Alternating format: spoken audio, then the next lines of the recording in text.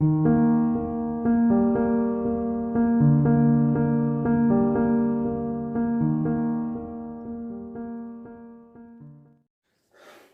friends, welcome to my channel. Myself R.K. Deshmukh. Today we are going to study the lesson The Eyes Are Not Here for the class 12th Hindi medium. आज हम class 12th Hindi medium के लिए lesson number 15 पढ़ेंगे, जिसका नाम है the eyes are not here. इस lesson को लिखा है रस्किन बॉन्ड ने। इस लेसन में दो ब्लाइंड लोगों की फीलिंग्स को बताया गया है और वो कैसे हम अभी देखते हैं। मैं आपको पैराग्राफ वाइज इसको एक्सप्लेन करूँगा और सम टाइम जो डिफ़िकल्ट वर्ड्स हैं उनकी मीनिंग बताने की कोशिश करूँगा। इसका जो कोटेशन वो ये है, why should a blind man hide the fact that he is blind. क्यों एक अंधा आदमी अपने अंधत्व को छुपाता है। फर्स्ट पैराग्राफ है, I had the compartment to myself up to Rohana and then a girl got in. The couple who saw her off were probably her parents. They seemed very anxious about her comfort, and the woman gave the girl detailed instructions as to where to keep her things, when not to lean out of the window, and how to avoid speaking to strangers. They said their goodbyes. The train pulled out of the station. मैं जिस compartment में बैठा था, एक लड़की ने प्रवेश किया और उसके साथ उसके पेरेंट्स भी थे, और उसे उसकी जिस महिला ने उसे हिदायत दी वो शायद उसकी माँ थी। उन्होंने उससे कहा कि विंडो के बाहर जो है आपको नहीं झांकना है और अपने सामान को संभाल के रखना है और अजनबी से मिक्स नहीं होना है। As I was totally blind at the time, my eyes sensitive only to light and darkness, I was unable to tell what the girl looked like, but I knew she wore slippers from the way they slapped against her heels. It would take me some time to discover something about her looks, and perhaps I never would, but I liked the sound of her voice and even the sound of her slippers. मैं totally blind था, अंधा था, और मैं केवल प्रकाश को और अंधेरे को महसूस कर सकता था। और मुझे ये नहीं मालूम, मैं इस बात का अंदाज़ा नहीं लगा सका कि लड़की कैसी दिखती है, पर इस बात का ज़रूर मैंने अंदाज़ा लगाया कि उसने जो चप्पल पहनी थी वो हील से बड़ी थी। और भी चीज़ मैंने खोजने की कोशिश की। मैं उसकी आवाज़ को सुन सकता था, उसकी चप्पलों की आवाज़ को सुन सकता था।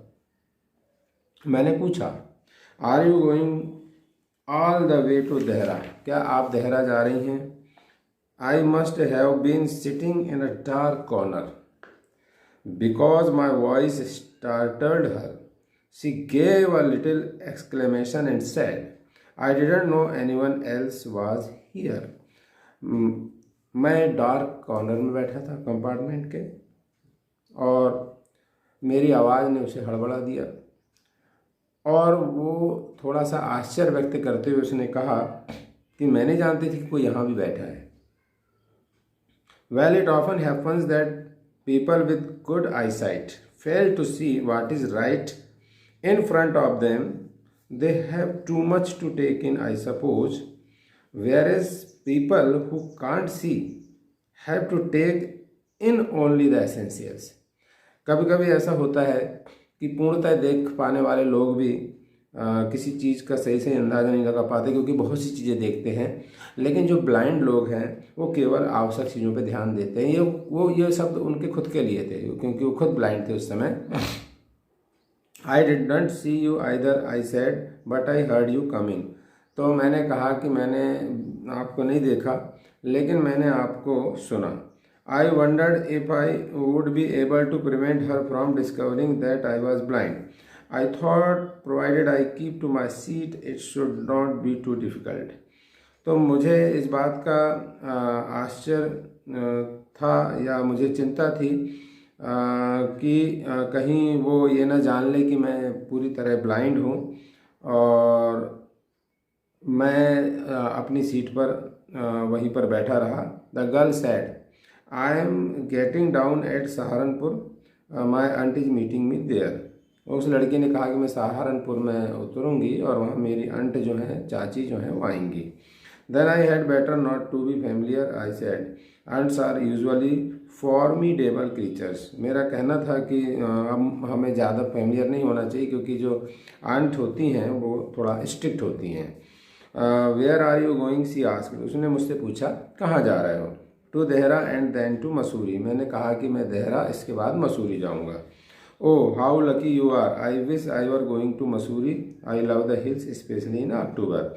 उसने कहा कि आप लकी हैं, काश मैं इच्छा करती हूँ कि मैं भी मसूरी गई होती और मुझे पहाड़ियाँ पसंद हैं अक्टूबर के महीने में. Yes this is the best time, I said calling on my memories. मुझे अपनी मेमोरी याद आ रही. इसका मतलब जो वहाँ बैठा हुआ व्यक्ति है वो पहले ब्लाइंड नहीं था, बाद में उसको ब्लाइंडनेस आई. तो वो कह रहा है, अपनी याददाश्त को जोर दे रहा है कि हाँ, the hills are covered with wild dahlias and the sun is delicious. कि पूरी पहाड़ी जो है वो डहलिया नाम की झाड़ियों से आच्छादित रहती, ढकी हुई रहती है और सूर्य बड़ा अच्छा लगता है. Most of the tourist have gone and the roads are quiet and almost deserted. बहुत से लोग जाते हैं और एक रास्ता बन गया है वहाँ पे. Yes October is the best time, October बहुत अच्छा समय है. She was silent and I worried if my words had touched her or whether she thought me a romantic fool. Then I made a mistake. वो शांत हो गई तो मुझे चिंता लगी कि कहीं मेरी बात से उसको चोट तो नहीं पहुंची और कहीं मुझे वह रोमांटिक मूर्ख व्यक्ति तो नहीं समझ रही. तब मैंने एक और गलती किया. What is it like, I asked. अब कैसा नज़ारा है, मैंने उससे पूछा. तो उसने मुझसे कहा कि she seem to find nothing strange in the question. मेरी बात से उसको कुछ ऐसा अजीब सा नहीं लगा. Had she noticed already that I could not see. शायद उसने जान लिया था कि मैं नहीं देख सकता हूँ. But her next question removed my doubts. लेकिन दूसरे ही क्वेश्चन ने मेरे संदेह को हटा दिया. Why don't you look out of the window, she asked. उसने मुझसे कहा कि बाहर क्यों नहीं देख लेते आप कि किस प्रकार का नज़ारा है. I moved easily along the birth and felt on the window less. मैं अपनी बर्थ से खिड़की की तरफ गया. मैंने the Windows was open and I faced it making a प्रीटेंस of studying the landscape. मैंने वो विंडो को खोला, बाहर झांका और ऐसा अभिनय किया कि जैसे मान लो मैं बाहर के नज़ारे को देख रहा हूँ. I heard the painting of the engine. मैंने इंजन के हाँफने की आवाज़ सुनी. The rumble of the wheels और पहियों की गड़गड़ाहट को सुना. एंड इन माई माइंड्स आई और मेरे दिमाग की आंखों से I could see the telegraph post placing by. और मैंने देखा कि टेलीग्राफ के जो पोस्ट हैं वो गुजरते जा रहे हैं. Have you notice, I ventured. मैंने कहा कि आपने ध्यान दिया.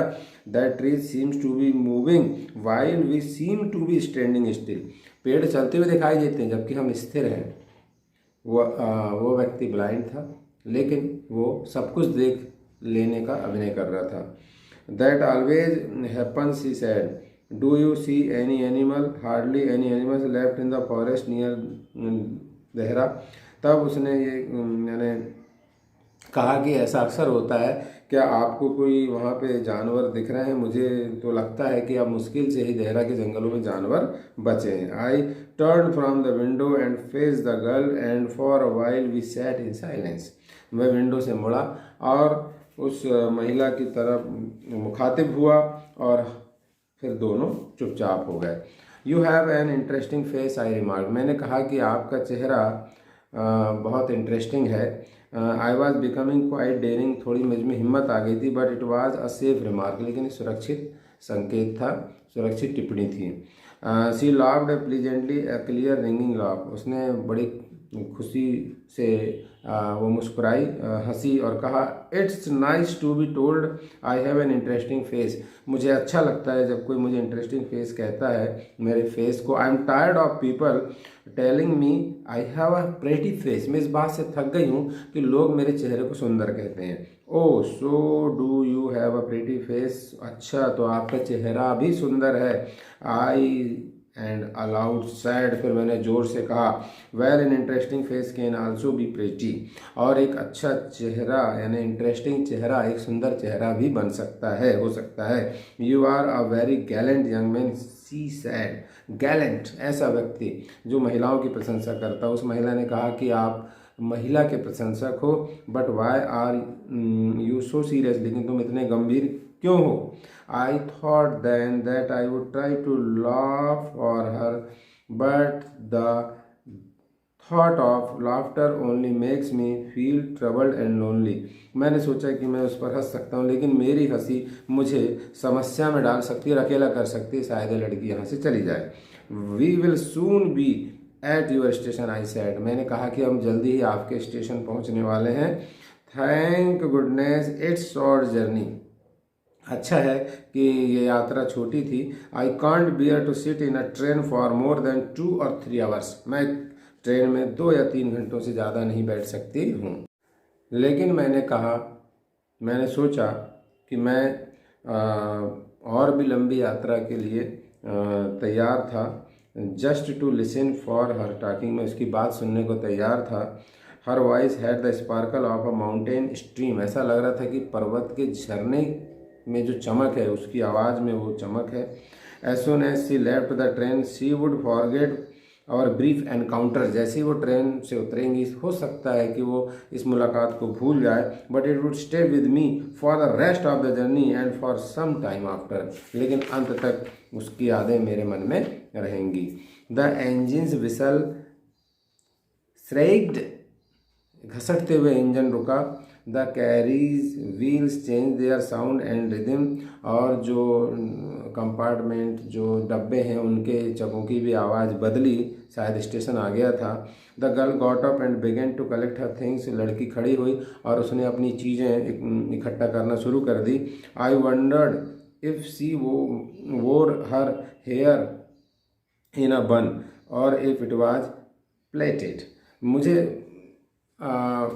जिज्ञासा थी कि क्या उसके बाल लंबे बिखरे कंधों पर फैले हुए हैं या फिर कटे हुए हैं, और if it hung loose over her shoulders or if it was cut very short. The train drew slowly into the station.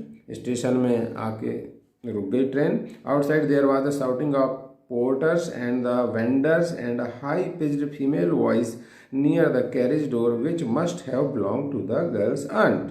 और बाहर मुझे कुलियों की आवाज़ सुनाई पड़ी, सामान बेचने वाले वेंडर्स की आवाज़ सुनाई पड़ी, लेकिन एक तेज़ आवाज़ उनकी आंट की सुनाई पड़ी जो बाहर खड़ी थी, उस लड़की की aunt.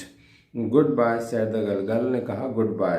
She was standing very close to me. वो मेरे बिल्कुल पास में खड़ी थी जाने के लिए जब वो खड़ी हुई। So close that the perfume from her hair was tantalising. I wanted to raise my hand and touch her hair, but she moved away and only the perfume still lingered where she had stood. और उसके बालों से जो सुगंध आ रही थी वो बहुत अच्छी थी, और मैंने उसके बालों को टच करने की कोशिश किया और इतने में वो चली गई और उनके बालों की खुशबू बनी रही। You may break, you may shatter the vase if you will, but the scent of the roses will linger there will. तो आप जो है फूलों के बर्तन को आप तोड़ सकते हो, उसके टुकड़े कर सकते हो यदि तुम चाहो, किंतु गुलाबों की सुगंध वहाँ पर देर तक बनी रहेगी, कहने का ये अर्थ है। There was some confusion in the doorway. A man getting into the compartment stammered an apology. Then the door banged shut and the word was shut out again. I returned to my berth. The guard blew his whistle and we moved off. Once again I had a game to play. And a new fellow traveller.